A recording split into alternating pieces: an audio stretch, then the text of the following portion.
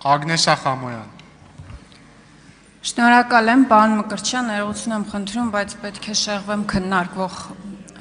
հարցի թեմայից բուն։ Երեկ Գյումրիում մենք տեսանք բազմաթիվ ոստիկանական ուժեր։ Ես ուզում եմ ձեզ ասել, որ նույն ժամանակահատվածում Երևանում ծեծի է ենթարկվում ակտիվիստ, որը զանգահարում է ոստիկանություն, մասնավորապես Նոր-Նորքի բաժին, եւ պարզվում է, որ այդտեղ ոստիկան չկա, որովհետեւ ոստիկանությունը ամբողջ ուժերը կենտրոնացրել է Գյումրիում։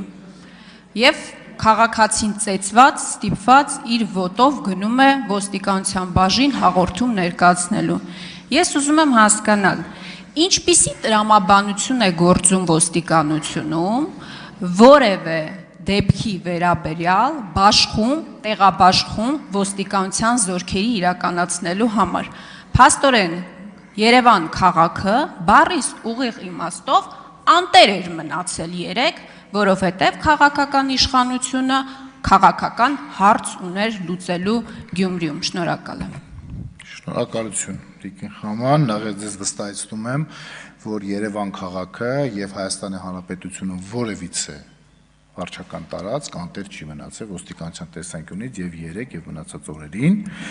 Ես ճիշտ ասած կասկածում եմ, որ ահազանգ տրված լինի Նոր-Նորքի բաժին կամ 102 համարով եւ այնտեղից պատասխան հնչի, որ այս պայն բավարար ուժեր չկան, որ մոտենան, եթե դուք նմանատիպ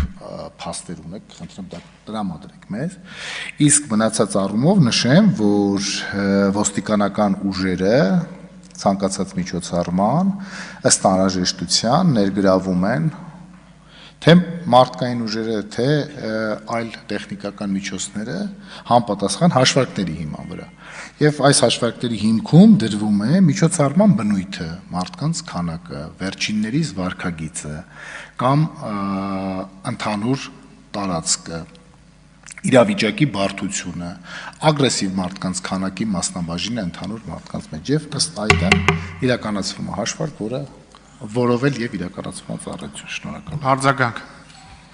Պարոն Մկրտչյան, ես շատ կոնկրետ օրինակ բերեցի։ Քաղաքացուն ծեծել են, ահազանգել է, ոստիկանները չեն կարողացել ժամանել, ասելով, որ բավարար ուժեր չունեն։ Քաղաքացին իր ոտով գնացել է ոստիկանության բաժին հաղորդում տալու։ Բաշխման, տեղաբաշխման մասով։ Ոնց է ստացվում, որ մեր ոստիկանությունը իր ուժերը շատ լավ, շատ պրոֆեսիոնալ կերպով պետք է խոստովանեմ, կարող է բաշխում եւ տեղաբաշխում իրականացվի, երբ գործը վերաբերվում է քաղաքական որևէ դրվագի, ունի քաղաքական աստար, ես ուզում եմ հասկանալ, ինչի նույն պրոֆեսիոնալիզմով, նույն հաջողությամբ չեք բացահայտում բազմաթիվ հանցագործություններ, բերման չեն ենթարկվում բազմաթիվ հանցագործներ, մարդասպաններ, թմրամիջոցների ապօրինի շրջանառությամբ զբաղվող մարդիկ, որի արդյունքում այսօր հանցավորության աստիճանը Հայաստանում շատ տխուր պատկեր է արձանագրել։ Ինչի նույն պրոֆեսիոնալիզմը, հարցս հետևյալն է, ոստիկանությունը չի ցուցաբերում իրական հանցագործների եւ հանցագործությունների բացահայտման ուղղությամբ։ Շնորհակալություն, Տիկին Խաման, որ քաղաքացին զանգել է եւ ինչ որ նկարագրեցիք, ոստիկանական արձագանք ինչպես է տեղ ունեցել, դեր ասացի հանգամանքները անպայման կպարզեմ ես եւ կհասկանամ ոնց է տեղ ունեցել այս ամեն ինչը եւ համապատասխան ուսումնասիրություններ կիրականացվի այս մասով։ Հաջորդ հարցը, եթե վերջի հարցը, ասում եք ընդհանուր բոլոր ուղղություններին հանցավորության դեմ պայքարի կարծես թե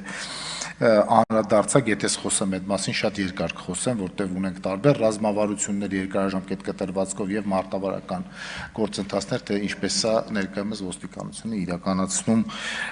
իր ծառայությունը հանցավորության դեմ պայքարի շրջանակներում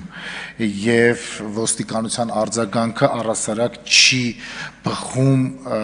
արձագանքի կամ արձագանքողի